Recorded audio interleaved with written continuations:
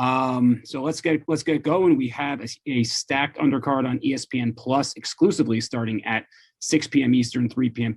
Pacific, featuring the top-ranked debut of Carlos Balderas, 2016 U.S. Olympian, the return of Abraham Nova back from injury, junior lightweight contender Albert Bell, a great junior lightweight fight between Genesis Cervania and the unbeaten Andres Cortez from right here in Las Vegas.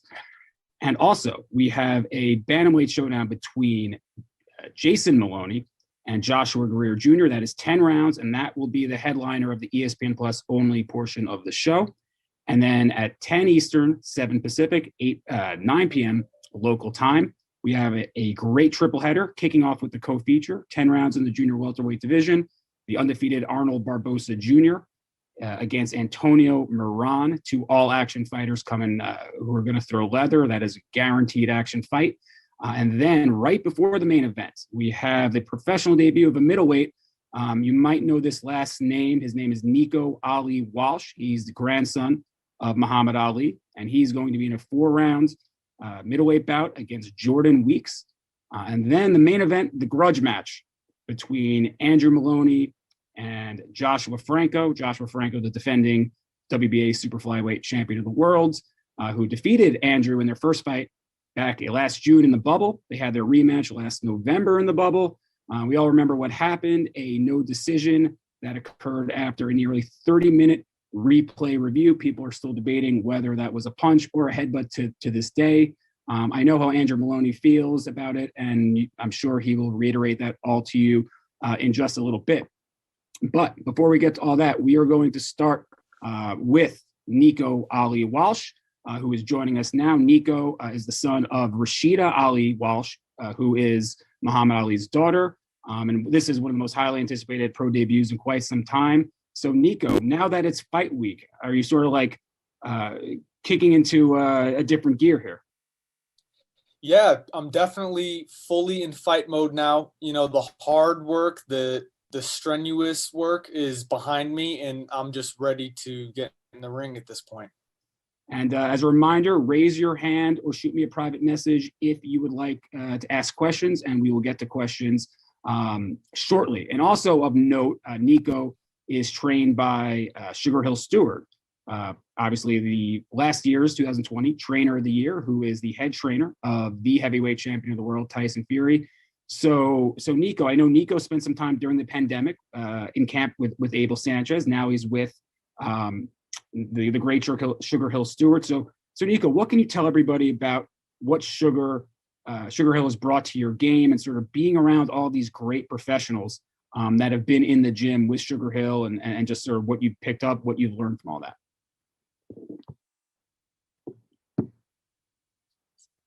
Nico, can you hear me?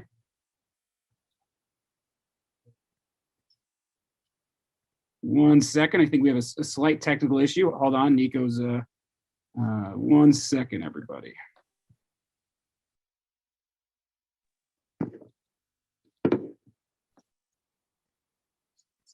Hey, Nico. Yes, okay, I can hear you now. Sorry. It is not a Zoom press conference without a minor technical difficulty.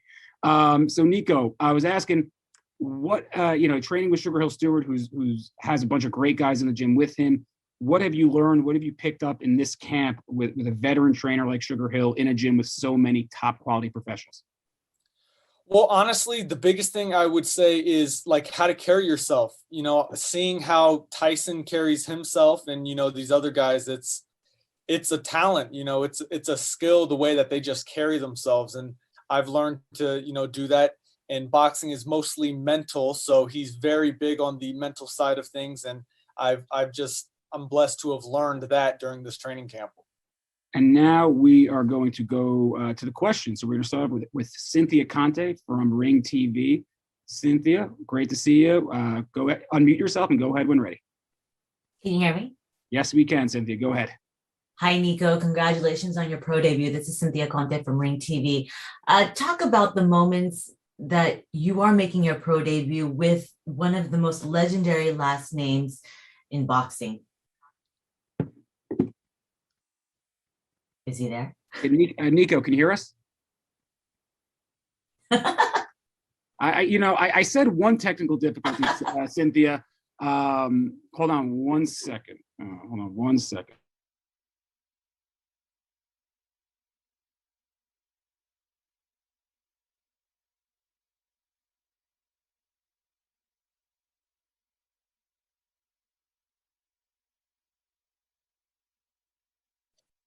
Yes. Nico, can you hear us? Nico. Okay, looks like. Okay, I can hear you now. Okay, well, we're going to try this once more. Cynthia, go ahead once again. Nico, can you hear me? Yes. Okay. There we go. Knowing that you have such a legendary last name, especially in boxing, does that put a lot of stress on you to forge out your own name and your own path in this career in boxing? Yeah, I think you put it perfectly. I think it just adds stress to me to make my own name. That's the only thing it does, I believe. It because of the weight of that name, Ali, especially in boxing, it is going to be harder for me to make a name for myself. But that's the challenge that I'm looking forward to, tackling. We're going to find out how you fight, but when people see you fight, even Sugar Hill or even Abel Sanchez, do they ever point out, say, you look like you do things like your grandfather? I don't know. They surprisingly never talked about him. Sugar, because he's Emmanuel Stewart's nephew, and him and Emmanuel were so close, he understands what it's like to always be a title in, being introduced as, Emmanuel Stewart's nephew or whatever. So Sugar and I never talk about my grandfather because I think he understands that that title that people use to, refer to you. All right. Well, best of luck to you in your pro debut. Cannot wait to see you in the ring. Thank you. Thank you, Cynthia. And next we go over to the UK, and I'm happy we are, because programming note, the main card and Nico's fight will be available to our great UK fans on Sky Sports. So they will get a good look at Nico's pro debut, and hopefully Nico will be fighting overseas at some point, where his grandfather is probably the most beloved sportsman, even in the UK. So that's obviously how far the Ali name goes. Jonathan Nagyoff, please unmute yourself and go ahead. Hi, Nico. Jonathan here from Pro Boxing Fans. You all right? Good. How are you? Yeah, very well, thanks. I'm interested to know, when I spoke to Campbell Hatton, son of Ricky Hatton, he said that during his amateur career, a lot more people were determined to beat him because of his second name and what his dad did. Was that the same case for you, and how did your amateur career go? Absolutely. The way my aunt Layla put it, because Layla was a boxer, she said that you get the best versions of everyone you fight. They come with their absolute A game. And I actually watch Campbell Hatton, and I love that story. I love continuing tradition and, forging your own legacy. So, that was my entire amateur career. I got introduced as so-and-so's grandson a million times over, every single fight, and they always find out without me telling them. So that was my amateur life. Evan, can I ask one more? Is that all right? Yes, go ahead, Jonathan. Of course. Thank you. I read up that you're actually studying a degree at the moment in uni. How are you finding the time to combine it and fit in training as well? It's tough, but I'm very passionate about both, and my family would not let me box without, getting an education. That was something that my grandfather was extremely strict on. So I have to make it work. It's been done before, so I'm not the only one. Best of luck, Nico. Look forward to it. Cheers. Thank you. And we got time for a couple more questions with Nico, and then we're going to be on to Jason Moloney. Mike Rueda, our friend from the 559 Fresno Central Valley area. Mike, please unmute yourself and go ahead. Thank you, and thank you, Nico. Good to speak with you. You too. Thank you. First question, obviously, this is your pro debut. So aside from everything else, how's, the mentality, the emotions and everything for you with your, pro debut this Saturday? How are you feeling personally? It's a very emotional journey because this is obviously a huge milestone in my life, not just my career. It's extremely important to me. But I feel so confident and so ready, and I've never felt more excited to perform as I am now. And Nico, obviously, you've answered so many questions in the run up to this fight about the legacy, about being Muhammad Ali's grandson, what that meant, your relationship with Muhammad, but yet you've never seemed tired of answering those questions. Is it the pride you feel with that name? Why are you just so you seem so comfortable and not tired of answering those questions? Why is that? Yeah, it's I'm totally fine talking about my grandfather. If you guys were asking me questions about my mom or my dad, I'd be the same exact way. I love my grandfather. I love my family, and it's something very easy for me to talk about it. It's very easy for me to answer those questions. And lastly, before you go, I think people here would be interested. You've mentioned, when you were growing up in Las Vegas, Muhammad Ali lived in Scottsdale, Phoenix area. So can you tell everybody how often you would visit him and what sort of relationship you truly had with your grandfather? Yeah, because he lived so close to Vegas, I was constantly going to see him. Me, my brother, and my parents were always, traveling down to Scottsdale. And yeah, we were just very close. And I'm just so blessed that I got to spend as much time as I did with him, because grandparents aren't here forever. And I'm just very happy. We have so many great memories together. And Nico's got to run because I think he's got a couple other interviews to do right now, keeping the kid busy. But any closing thoughts, any final thoughts you'd like to relate to everybody as you're 5 days away from that pro debut? I'm just extremely excited. That's all I know. It gets a little bit redundant me saying, but I'm so excited. It feels like, just a new beginning and a great start to a great journey. So I'm very excited for Saturday. Well, thank you to Nico for joining us. And as a reminder, ESPN and ESPN Plus, 10 o'clock Eastern, he will be the bout right before the main event and right after the co-feature between Barbosa and Moran. Nico, thank you for joining us today, and we will see you on Saturday, my friend. Thank you for having me. Thanks, Nico. We'll talk soon. And next we turn to from Australia, right here in Las Vegas. He is a two-time bantamweight world title challenger. He obviously, like his brother, was busy inside of the bubble. Began his U.S. Run with a TKO win over Leonardo Baez, and then last October he ran into the monster Inoue and gave a great effort for losing via TKO. So he's back, still world ranked, just like his opponent Joshua Greer. So we welcome the twin brother of the headliner, Jason Moloney, joining us today. Jason, how are you doing today? I'm good. G'day, everyone. Thanks for your time. And and Jason, it's obviously you've answered a lot of questions about Inoue, but that was the first time in your career that it was a one-sided defeat, right? Your first loss in a title effort was a very controversial split decision. Yeah. How were you able to sort of mentally regroup from that? You went home with a 2-week quarantine in a hotel. So how were the last few months in terms of getting over that disappointment and coming back, sort of fully ready to prove that you're one of the world's best bantamweights? Yeah, I was obviously initially very disappointed in the outcome of the fight, and also disappointed in my performance as well. I knew stepping in against Inoue that it was a tough task. He's pound for pound one of the best fighters on the planet, but I took on the challenge because I believed I could beat him, and I did everything I could, but just wasn't happy with how I performed on the night. And obviously he's an exceptional fighter. So the initial disappointment was hard, and it was tough to take, but I'm a positive guy, and I just want to take the positive out of that situation. And over the last 9 months since that fight, I've just been working hard. I've been, after being in the fight with Inoue and seeing that benchmark of what the best looks like, and seeing the level that I want to reach, it gave me something to work towards. And I've been so motivated and in the gym working hard, and just with, that in mind, that's where I want to be. That's the level that I, am aspiring to reach. And this is how good I need to be the best bantamweight in the world. And just been working hard, and I feel like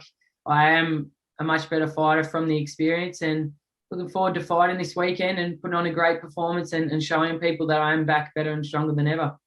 And obviously since that defeat and since Joshua's draw, obviously both under the Top Rank banner, that was a fight that I know fans sort of said made sense. And I know you guys sort of, I think a little social media back and forth. At what point did you start targeting or circling Joshua Greer as a potential opponent for you? Well, as you know, I was supposed to fight Greer back in April of last year, and the fight was called off because that was when the whole pandemic first hit. So because we were already scheduled to face each other, we've always, I think, both had our eyes on that fight and probably thought it was a fight that was always going to happen. But as you said, with me coming off a loss and him obviously coming off a draw as well, it made sense. And there's a lot on the line here because it's, a fight that we both must win. A win here is going to put one of us in a very good position and move us right up the world ratings and take a giant step towards a world title. And obviously a loss to either of us is going to be a major setback. So there's a lot on the line, and that's why I've been working so hard and giving myself every opportunity to go out there and perform at my absolute best. And I know my best is definitely good enough to beat Greer. And yes, and Jason's correct. They were originally scheduled to fight April 25th of 2020 on the Inoue Casimero undercard. So that was one of the many excellent cards, obviously, that were scrapped initially by the pandemic. So we go to the questions, and Cynthia, please unmute yourself and go ahead. Can you hear Cynthia? me? Yes, we can, Cynthia. Go Okay. ahead. Hi, Jason. I know that we've spoken a lot about Inoue, but these are one of the main questions we always wanted to hear. How did you rate his power, since the monster has such incredible power? Was he one of the hardest hitters that you've ever had to endure? Yeah, the hardest hitter I've ever faced. Look, during the start of the fight, he hit me a few times, and I sort of thought to myself, this isn't that much, it's nothing I can't handle, but it's more just his explosive speed.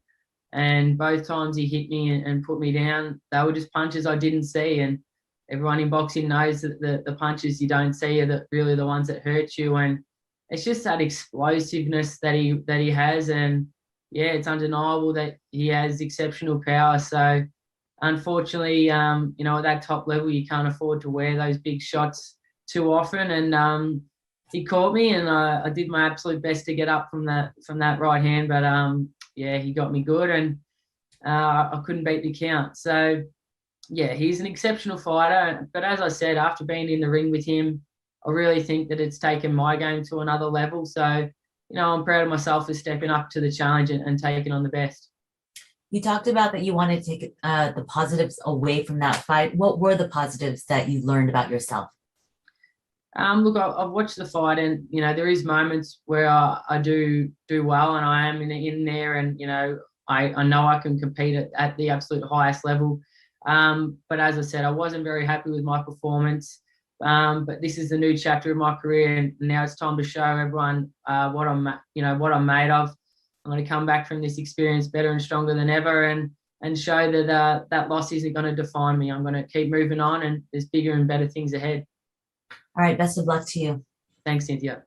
Thank you, Cynthia. And next we turn to Eddie Goldman. Please unmute yourself and go ahead when ready. Sorry, one more time, Eddie. Unmute yourself. Eddie, please unmute yourself. There you go. Go ahead, Eddie. Okay, great. How you doing? Can you tell us a little bit about how you've changed since the last fight that you have, and what we can expect going forward? What you learned from that fight? So yeah, it was a little low, so he asked how you changed and maybe. Yeah, I could hear it. It's all right. I'm sorry. I had to. No worries, Eddie. All good. Okay. No, look, I'm the ultimate professional, and I'm not a fighter that just starts training for 6 or 8 weeks once a fight's scheduled. I'm a fighter who is a perfectionist and just always wants to get better and get better and get better. And I've been in the gym working hard over the last 9 months since that defeat to make myself a better fighter and to reach the levels that I want to reach. And I've just been working on every aspect of my game. You know, the way Inoue used his feet to control the fight, the way he threw his explosive punches, the way he backed himself and took control of the ring. I've taken bits and pieces of his game and formed them into mine. And I've just been working extremely hard to go out there and put on a great performance and show that I'm a fighter that just keeps getting better. Thank you very much, Eddie. Next, we go to Crystal Hart. Crystal, please unmute yourself. Go ahead. Okay. You know, although you had your own crosses to process with your loss, did you help out? You know, your brother had a very controversial defeat. Did you help him in any way, help process that loss? Well, controversial, no contest. Yeah. No contest heard around the world. Yeah. Yeah, look, it was pretty rough. Once we got back to Australia, myself and my brother went into a 2-week quarantine in a hotel room where it was just the two of us. So we had a lot of time to process the disappointment of that trip. For myself, obviously, I was devastated, but you know, I was beaten by the better fighter. Whereas Andrew was completely robbed and went home without a belt that should have been his. So that was a much tougher pill to swallow. It was very hard for Andrew, and obviously I was there to support him, but there was a lot of positives that he could take from that fight as well, because for the 2 rounds that fight lasted, he showed how good he is, and the rest of the world believed he won, except for the judges that night and the referee that night. But the rest of the world knew that he was a rightful champion, and I think that made the whole no contest a little easier to take. But yeah, of course there was disappointment, but that's why we've been working hard to make sure that this trip's a success, and this time we'll be going back to Australia with 2 belts and 2 great wins, and Andrew a world champion and me taking a giant step towards winning a world title myself. So it's about turning it around, and all's well that ends well. Well, before we get to Andrew, and the good thing about having brothers there, as soon as Jason comes up, Andrew will just slide into the thing. I don't know if anybody will really be able to tell the difference that Andrew came in. I know I barely can, but Jason, I know obviously COVID restrictions are different everywhere, and they're still in Australia. There's lockdowns in Sydney right now, semi near where you're from. Can you tell everybody like what you've had? You know, you've had 2-week quarantines. You're going to have a 3rd one when you get back. Can you talk about the sort of the sacrifices you and Andrew have had to make, you know, to sort of embark on your American dream and to take part in these fights? Yeah, that's right. You know, in total with these 3 fights, I think it's going to be about 8 months that we've both spent away from our family. We're both got young kids. I've got a 2.5-year-old daughter, and my brother Andrew has a 2-year-old son. So there's a lot of sacrifices we've made to be over here for so long and have these fights. And obviously once we get back to Australia, as Evan said, we'll do our 3rd stint of hotel quarantine, which is basically 14 days in a hotel room where you cannot leave for any reason at all. Which, yeah, it's obviously not ideal. But look, we're just, this is just another example of the sacrifices that we're willing to make to achieve our dreams. And whatever it takes, we're willing to do it. And that's what we're going to show this weekend again. When we step in the ring, it's win at all costs. And I think that's said pretty well.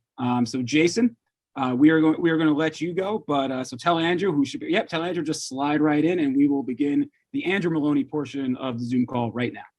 Legend. Thanks for your time, guys. Enjoy the fights. Thank you, Jason.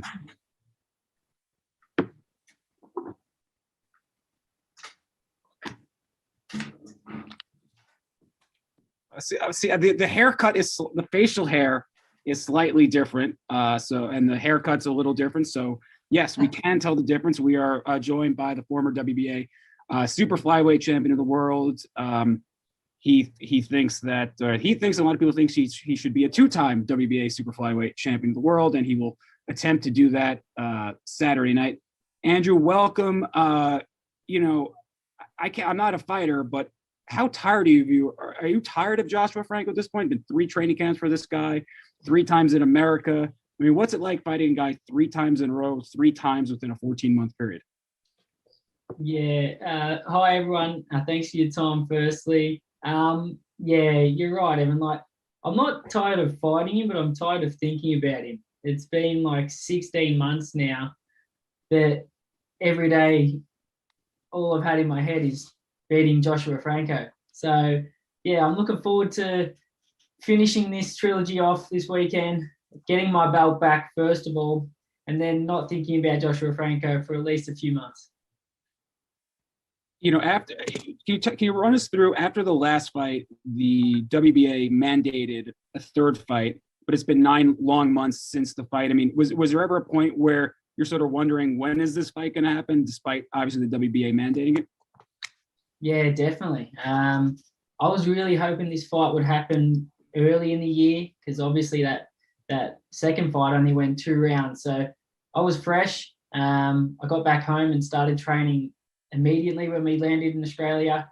Even in the hotel room, I was doing some training and just was so eager to get that rematch happening straight away.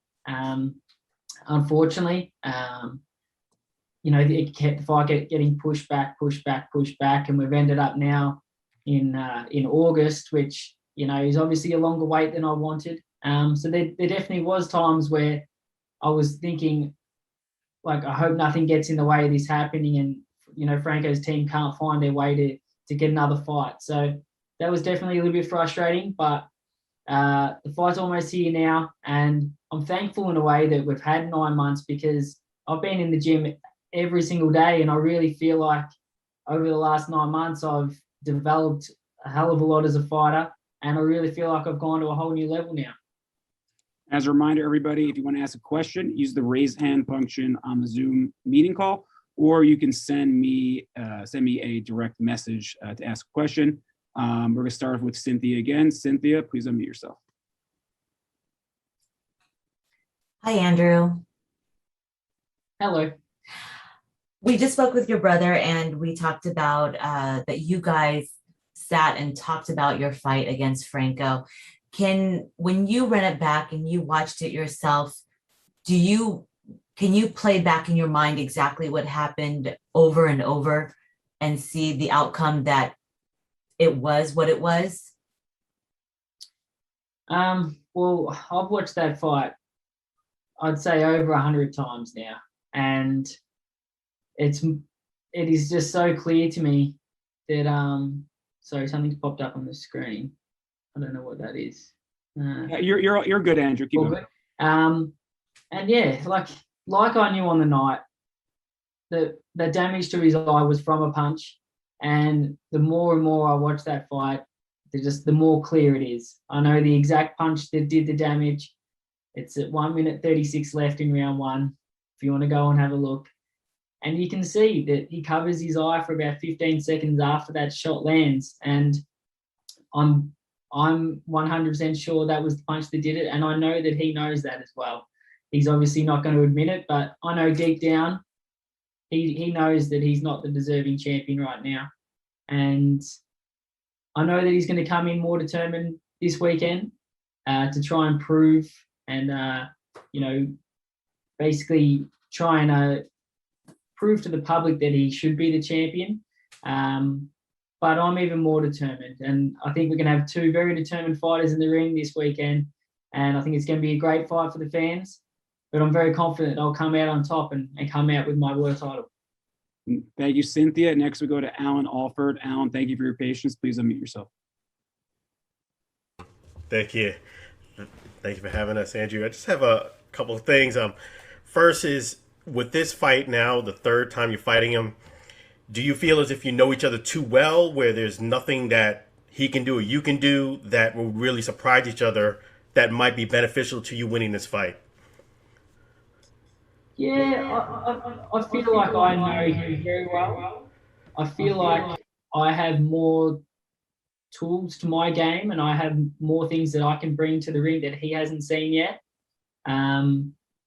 I think he basically comes with the same sort of style in all his fights, so I don't think there's too much different that he can bring, but I believe there's a lot more that I can show that he hasn't seen yet.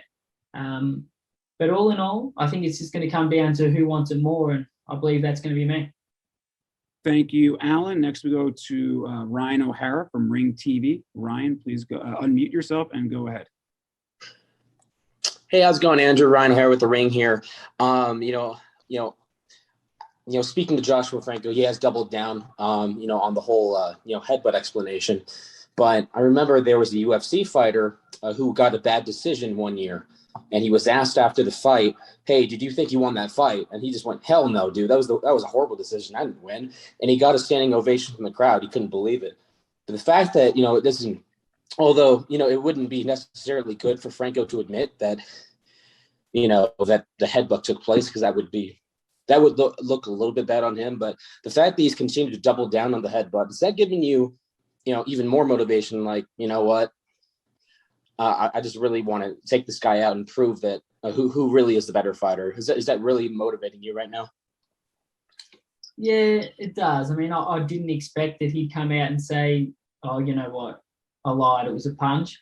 But I have seen interviews where he's tried to claim that, the fight was going the same way as the first fight. Maloney started strong. It was a head clash. I was going to stop him later in the fight anyway, which he knows isn't true. There's a complete difference between the first fight and the second fight on my part. And he could feel what I was bringing to the ring that night. And I know that deep down he knows that I'm more of a challenge than he thought going into that second fight. I believe he was overlooking me going into that second fight and just thought that he was going to walk right through me.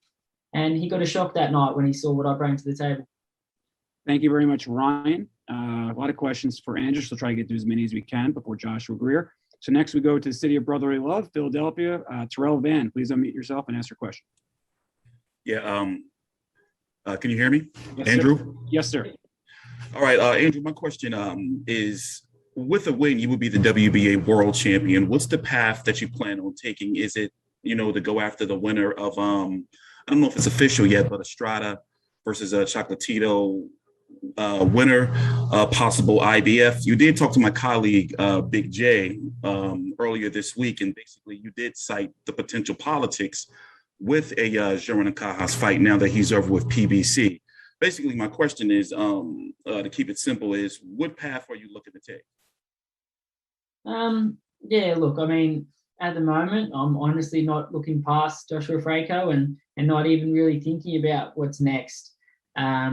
My 100% focus is on winning this fight on Saturday night and getting my world title back. But I'm very aware that the super flyweight division is stacked at the moment, and there's a lot of great fights out there for me. But first and foremost, I need to get a win on Saturday night to make any of those fights possible. But there is a lot of big names out there and fights that really excite me to be involved in.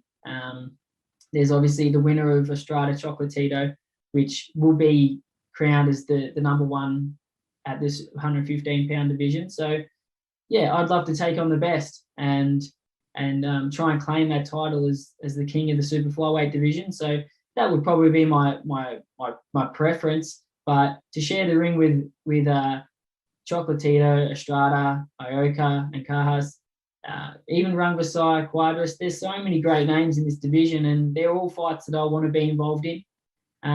But look, I will leave that to Top Rank and my team after the fight, and we'll have a discussion. But first and foremost, I need to get past Joshua Franco. And Andrew, I want to touch on something that happened last time. After the fight, there's a lot of chirping between both teams when you were trying to do your ESPN interview. I found it kind of funny because you and Joshua are rightfully known as like two of the nicer guys in boxing. So it was kind of interesting to see that play down. Is there still any bad blood, or did you consider that, is that sort of like a heat of the moment kind of thing that just happened after like an emotional, controversial fight? Yeah, that's right. I mean, and as you saw, Evan, that Franco himself actually had nothing to say. It was mainly Peter, Gus Roberts' son, who had a lot to say, and a few other members of Franco's team. But if you watch the footage that was posted the other day around social media, they're talking to me about what happened in the first fight, which made no sense to me because that was not what I was arguing about at that point. I just dominated that fight for 2 rounds and should have walked away with a TKO win. So that's what I was concerned about at that point. So, yeah, I mean, there is a little bit of bad blood. like that feeling coming into this fight that, you know, Franco's been walking around for 9 months with the world title that I believe I should have right now. So there is that feeling that there's more going to this fight than just any other opponent. But yeah, most of those words that were said were not to Franco himself or between me and him. So there's not really, you know, that much animosity between both of us. And I'm sure we'll shake hands after this fight and after everything's done. And you know, I wish him all the best. Let's see, we got a couple more questions. We got Joshua Greer in the chat now, so we're going to start with him in just a couple minutes. Let's see who we have here. Eddie Goldman, please unmute yourself and go ahead. Eddie? Oh, sorry, Eddie. I accidentally pressed mute. Please unmute yourself again, Eddie. We'll try one more time. Okay, can you hear me now? Yes, sir. Go ahead. Okay, very good. Now, let me just get set. Can you tell us about what you might want to do in this upcoming fight that you were unable to do in previous fights? What you have learned as your career has gone on and improved in terms of technique? I believe overall this experience of this trilogy and the 2 fights we've had so far has taught me a lot. And I think I've made some huge improvements, mainly because I've gone home with disappointment both times, and that's forced me to train so hard every day in the gym to improve as a fighter and to make sure that I get my world title back. So having those results in my mind and you know, really motivating me to get the most as I can out of every training session, that's what's helped me improve. And I believe what I showed in that second fight and the improvements I made between the first and the second, I've improved even more since then. But the way that fight was going, I think I'm just going to take, you know, this fight is just going to be a continuation of that. And I'm going to go out there and dominate this fight for as long as it lasts. And I think we got Joshua Greer on, so we will stay on time here. But Andrew, before you go, I think the fight will be available at Fox Sports Australia Sunday early afternoon. I get confused with my time zones, but I believe Sunday early afternoon, Fox Sports Australia for Andrew's devoted Aussie fans. Any final thoughts you'd like to give before you head back to training? Yeah, I believe actually Main Event TV, which is the pay-per-view version of Fox Sports. It's going to be. I think it's going to be a great fight. As I said, I think he's going to be more determined this time around, and I'm even more determined than what he is. So I think it's going to be a great fight for the fans, and I'm just looking forward to getting there on Saturday night and putting on a great performance and getting my world title back. So hope everyone tunes in and enjoys the fight. Well, thank you very much for joining us, Andrew. He's leaving for Tulsa tomorrow, so get ready, get packed, and we will see you then, my friend. All right? That sounds good. Thanks, guys. Thanks for your time. Thank you. And next, we move right along to a weird order here, but we move over to the man that is fighting Andrew's brother, Jason Moloney, as I mentioned, in the 10-round bantamweight fight, which will be live and exclusively on ESPN+. That is the fight right before the main card. So that fight should be going off around 9 p.m. Eastern, 6 p.m. Pacific. And for Joshua's Chicago fans, around 8 p.m. Central Time in Chicago, live and only on ESPN+. Joshua, welcome. You started, signed with Top Rank in 2018. You kept the knockout streak going. You kept the pillow going. But last couple of fights obviously haven't been what you've wanted result-wise. I'm coming off the loss against Mike Plania and the draw in your last fight. Why are we going to see a different Joshua Greer Jr. Than we have those 2 fights inside the bubble? Man, I've done a lot of things different. Me and Kate Karoma, we've been working one-on-one. I've been out. We had a full camp working one-on-one, man. So everything is going to be different. It's going to. I don't want to say too much. It's going to be a great night. Great night. And can you talk about, you're obviously with Coach K and with all of the great fighters. that are in that gym. I'm sure you've been around Jared Anderson, Shakur Stevenson, the list goes on. You've changed trainers a couple times in the last fights. Now this is, I believe you said your second full camp with Coach K. Can you elaborate on what a guy like K has brought to you and has brought to the table, and how you see that shaking out Saturday night? Well, first, I want to give congratulations to my teammates, Duke Reagan, Troy Asley, and Keyshawn. Them guys, just even seeing them do their thing in the Olympics and everything it was just motivating for me, motivating for me to see and to know them guys, to be training next to those guys, learning the same things, it's definitely motivating and inspiring, and that's definitely one of the things that pushed me even more, seeing them fight every time, fight for their dreams and their livelihood. But Coach K brought a lot to the table that, just so much. We worked on so much, and we just had one-on-one time together while the guys were in the Olympics. And, Jared Anderson and FA fights got pushed back because of COVID. So we just had time to work, one-on-one. And it's just been, I just can't wait. And I think if you look at the boxing Twitterverse, I think this is the fight or one of the fights on the card that everybody is most excited about. And it was originally, as we mentioned before, supposed to happen last April. And a lot has happened to both you guys since then. So we finally get the fight almost 14 months later. We're going to start the questions with Jeremy Harridges. Jeremy, please unmute yourself and go ahead. Hi, Josh. Thank you for joining us today. How you doing? Good. Your last two fights took place in 2020. There were still issues with COVID going on. Do you feel like the issues with COVID within our country and in the world at large were largely a reason why maybe you didn't perform your best in those fights?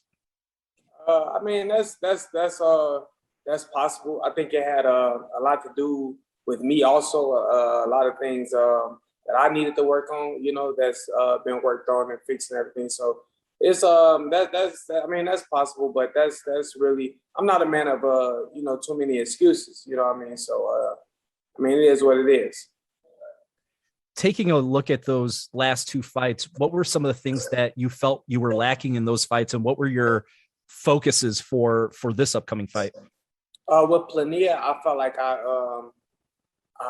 liked it was just slight things like having my hands up, my right hand being up, deflecting the hook or rolling under the hook, just some small defensive things.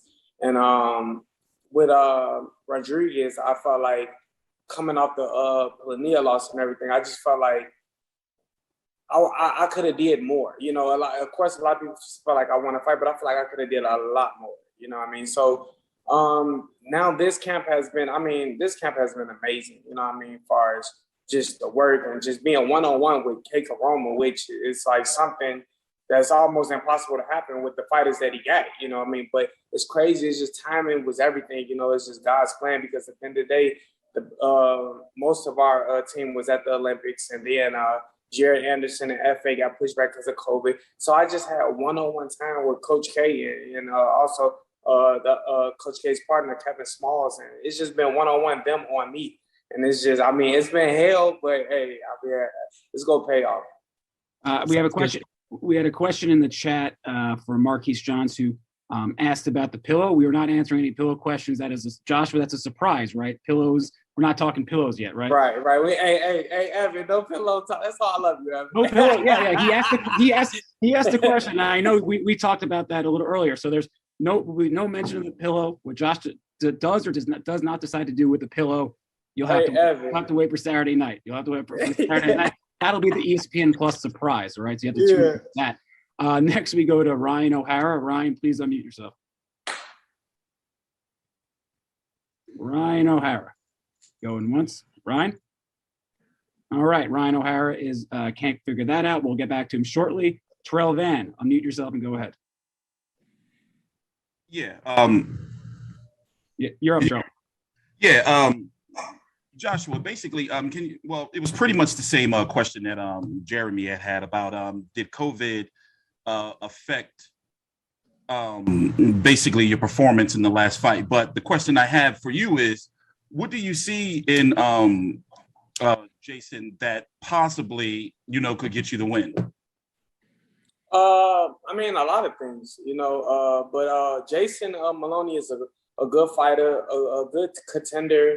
He got some good basics, some good fundamentals and things like that. But we got a game plan and we work very well. I'm confident in pulling off the victory.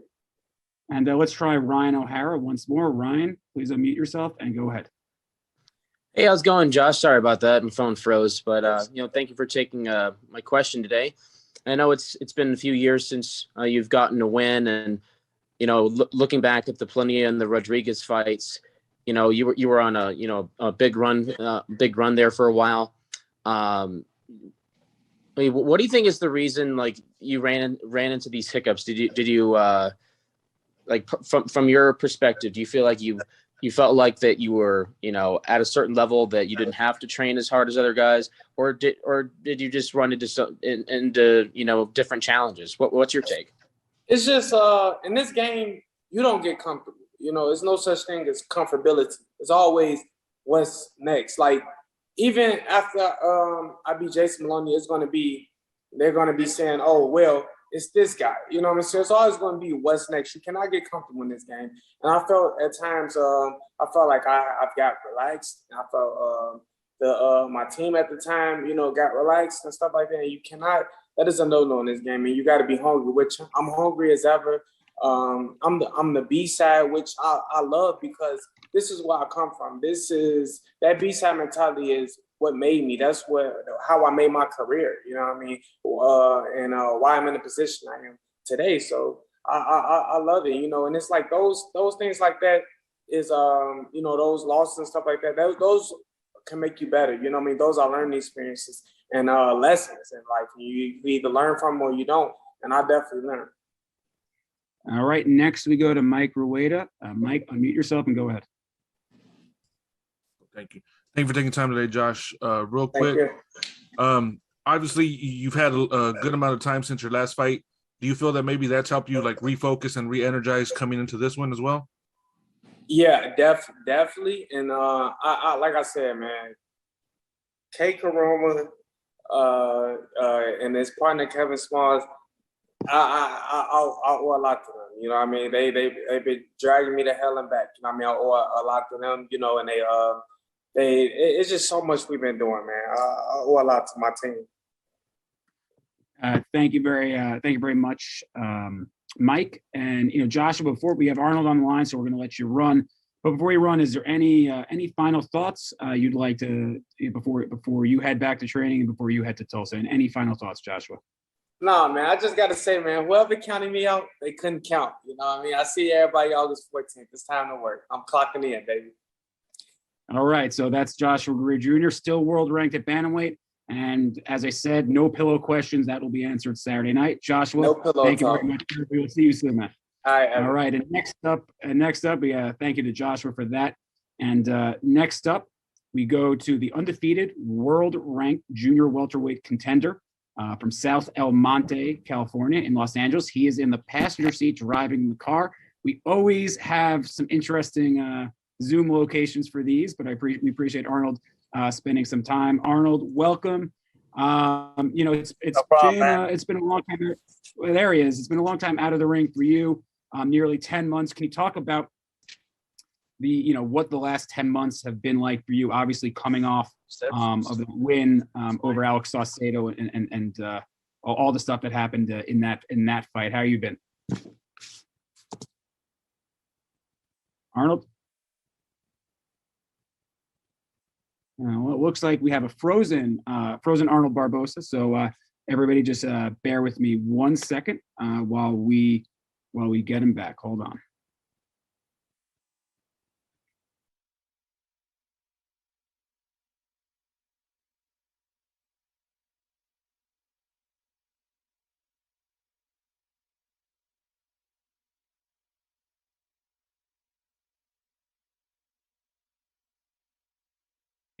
Arnold, yes. Can you discuss sort of what the last 10 months have been like? How eager you are to get back in the ring after what was the signature win of your career? Hungry, man. Hungry. I felt like I was had good momentum. After that fight. So man, we're just eager to get back in the ring, man. Happy. And you've been sort of top 10 in many of the sanctioning bodies for a while. How tough is it for an athlete, for a boxer, when you're so highly ranked and you're waiting on that title shot and you're seeing what's going on in the junior welterweight division with Taylor and Ramirez and all this stuff? How eager, how hungry are you to get to that title shot? Because it's you've been waiting for a little bit. Man, it's hard, man. It's hard to sit down and wait, and at the same time, staying busy. So it's hard, man. It's hard to see and hard to, but we got to do it, right? Right now it's just a bad time, because Taylor has all the bouts, but hopefully eventually soon it starts opening. And so as a reminder, everybody, to ask a question, please use the raise hand button on your Zoom, or send me a direct message. We've got a couple questions coming in, but before we do, I got another one for you. Arnold, obviously Antonio Moran is a veteran. We've seen him on Top Rank shows. He's a staple, all action fighter on the Chico Zabala's Telemundo shows. When analyzing him, what do you see from Antonio Moran? What are his strengths? Man, he's a very tough fighter. I think his heart is his biggest strength. He's very tough, man, and he has a lot of experience. He's been in there with a lot of good fighters, a lot of top fighters, and it's a fight that I'm really looking forward to, man. We start out with Jeremy Herges from Fansided. Jeremy, please unmute yourself and go ahead. Hi, Arnold. Taking a look at your upcoming opponent, Antonio, how much have you watched of him? How familiar are you with him at this point? We watched a few fights already of him. I'm familiar with them now. I feel like my team has put together a great game plan, man, and we're just ready to go.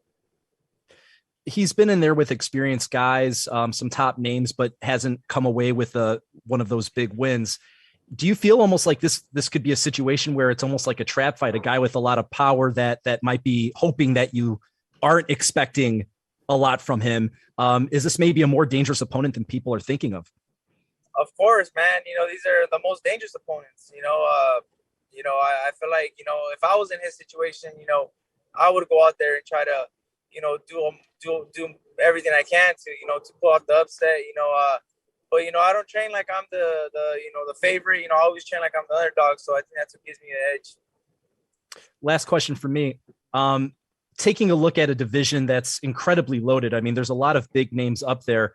Is there any frustration from you that sometimes your name doesn't get mentioned with the Taylors or the Prograys or whoever? And does that kind of give you a chip on your shoulder or motivate you? All the time, man, all the time. But, the only way we can, stop that is by becoming a world champion and keep working, man, putting our head down and keep working. It's all right, man. It bothers me, but at the same time, I'll be mentioned pretty soon. Have Thank you very much, Jeremy. Next, we go ahead to a fellow from the Fresno area, Mike Rueda. So I have a suspicion, if he's from Fresno, I have a suspicion, Arnold, about what his question who his question will be about. Mike, go ahead. No, it's not about that one this time. No, not a Jose Ramirez question. No, no. I'm shocked. I'm shocked. Mike, go ahead. No, so Arnold, obviously, you're constantly in the gym. I see it all the time. I see, speaking with Danny Roman, he says, he sees you all the time as well. How does it feel to share a gym and share training with someone at the level of Danny Roman, be it at another weight class, but someone at his level? Oh man, it's big. My Danny motivates me a lot, man, and I pick his brain, here and there, and we talk all the time. It's great, man. People don't understand how much of a good person he is, but man, it's an honor, man, to share a gym with him. Yeah, and then last question is going to be about Moran. Obviously, we talked about the type of fighter he is, who he's been in the ring with as well. But knowing, as we said, the type of fighter he is, did that make you more excited to get in the ring with him because of the style he brings to you? Oh, of course. you know, of course, everyone knows I'm a friendly fighter, a TV fighter, and man, we're just excited to finally be back where we belong and to put on a show for everybody. Thank you, man, and good luck this Saturday. Thank you. And obviously, there's Arnold's talked about this in a couple interviews, but you know, in his last fight, big win over Alex Saucedo, and he obviously suffered some injuries, but he made a great recovery in his back. But for everybody, Arnold, can you talk a little bit about the relationship you've developed with Alex since you two shared the ring in Las Vegas last October? Oh man, great relationship. You know, we talk and we talk here and there, and now the conversation have turned to stuff not even about boxing sometimes. It's about him coming out here, meeting my family, me going out there meeting his. And man, he's a great dude, man. And he's a brother to me in the ring, like I always say, and he's wishing me the best all the time, man. Like same here, I'm always wishing him the best, man. And it's a great relationship. And obviously, Alex is from Oklahoma City, about 90 minutes from where the fight's taking place in Tulsa. So with that, we will let Arnold go because we got Joshua Franco on the line. Arnold, thank you very much. Get back to training, and we'll see you in Tulsa, my friend. I appreciate it. Thank you. Thank you, Arnold. And now we go live to probably Riverside, right, Josh? Are you in Riverside right now, Josh? Yeah, Riverside. Riverside, yep. I can see that's the Garcia Boxing Academy background right there. Josh, welcome back. Third straight time fighting Andrew Maloney. Can you first address? Obviously you are the defending champion, but everybody's aware of the controversy that swirled around the last fight. Is it weird for you when the fight ends like that and there's so much controversy? I mean, can you run through the emotions and what you were feeling in the days and weeks following a fight where it seemed like everybody had a take one way or another? Yeah, that was my first time, with that happening to me, something like that, with in a fight. So, it was different, and all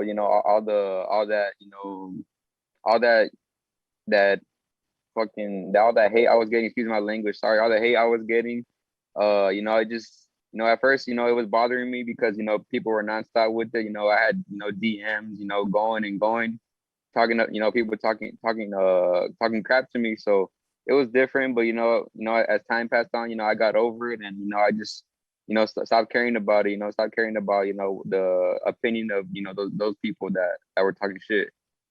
And Joshua, we are not on basic cable, so you can drop an occasional curse. You will not get in trouble for that. We will start with Jeremy Harridges. Jeremy, please go ahead and ask your question for Josh. Hey, Josh, how are you doing? Good. How are you? Good. You were talking about this fight, obviously getting a lot of attention for the controversy. Was it hard not to take it personally initially when you were getting those messages, and what did you learn from that whole experience of maybe getting some of that negative attention? Yeah, of course it's hard, not to take it personal, especially with, everything that happened, and like you said, all that, stuff I was getting towards me. But I mean, it is, I came to, think about it, and, sometimes it's going to be like that. People are going to, talk bad, whether it's good or bad. So, I mean, it is what it is. So, I mean, I'm ready for this third one coming up. Do you dust those comments off, or does it turn into a motivating factor going into this trilogy bout? Now I take it as motivation. I take it as motivation. If people are, talking bad, I mean, let them talk bad. That's their opinion, and maybe that's how they feel, inside about themselves. So, I mean, it is what it is. Thank you, and best of luck. Thank you. Thank you, Jeremy. And next up, we go to Cynthia Conte, who has her hand raised. Cynthia, please go ahead.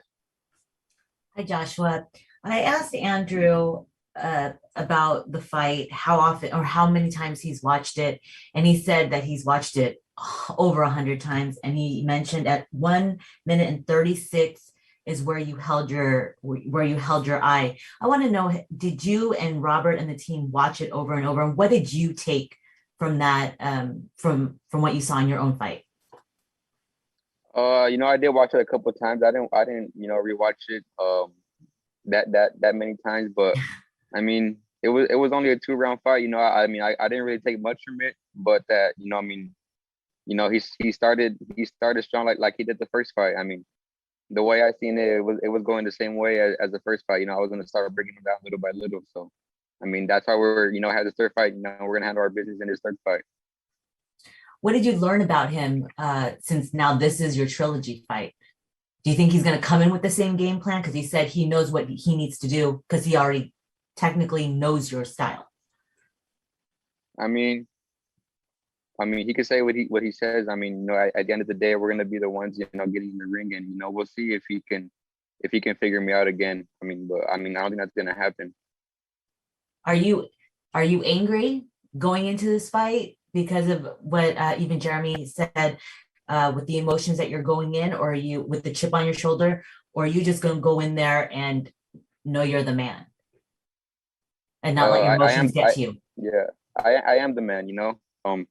So, you know, I'm excited for this fight. I'm not angry, but I'm excited. I'm ready to go in there and hurt this guy and dominate, and you know, be smart doing it as well. You know, don't get, you know, careless and stuff. Thank you very much, Cynthia. And next we go ahead to Abe Gonzalez. Abraham, please unmute yourself. Hey, Joshua, how's it going? Good. How are you? Good. Hey, this is your second trilogy in the last couple of years. It's almost, you know, you have that experience in your corner when it comes to that. Given that you've gone through a trilogy already, do you feel like you have a little bit of an edge, you know, knowing what you've experienced from your previous trilogy with Negrete? It might be a little bit of an edge. You know, they're two different fighters, so you know, especially with the way the second fight ended, you know, I wouldn't really count it as a fight. So I'm taking this new one. I'm taking this fight as a new challenge, you know, and that's what makes me very excited about it. You know, I have a new challenge in front of me. You know, so you know, I'm ready. And then the next question is, given that this last fight was in November and training for that fight was still in a limited capacity as far as COVID and those things. Now with this past training camp, not as of recent, but you know, in the last, you know, month or two, it was a little bit more open to get sparring and those type of things. Do you feel like you're a little more prepared this time than the last time out because of those things? Well, I still got great sparring, you know, my last camp, but I feel like for this camp, I had a longer training camp. You know, when this camp ends, it's gonna be a 12-week camp, and you know, I was, you know, grateful enough to get a lot of sparring, you know, from everywhere. You know, I had a different styles of sparring, different, you know, even some sparring partners that were contenders. So I mean, I'm ready. I'm ready to go. And Joshua, you know, can you take us back to last November 14th? Obviously, it's the famed 26, 27-minute video replay. Can you take us back to what was going on in your mind as all these deliberations are going on and there was a lot of confusion? And obviously, for Andrew's wondering, is he gonna, you know, win the world title? You must be wondering, am I gonna lose my world title? What were those 25, 30 minutes like for you standing in that ring? Man, I was just like what's taking so long? You know, I was ready, you know, just, you know, to get a decision over with, you know, no matter what the call was. But I mean, I was just hoping that, you know, that the officials made the right call. I mean, at that point, it's not even in our hands, you know, it's in the judges and the officials' hands. So I mean, I was just ready to get out of the ring because I was in there for a long time, you know, just waiting. But I mean, it ended the way it ended. And yeah, no, that's that very, very much true. And we have a couple more questions for you, Joshua. Mike Rueda, please unmute yourself. All right, Josh, how you doing today, man? Good. How are you? I'm doing good, man. Good to speak with you again.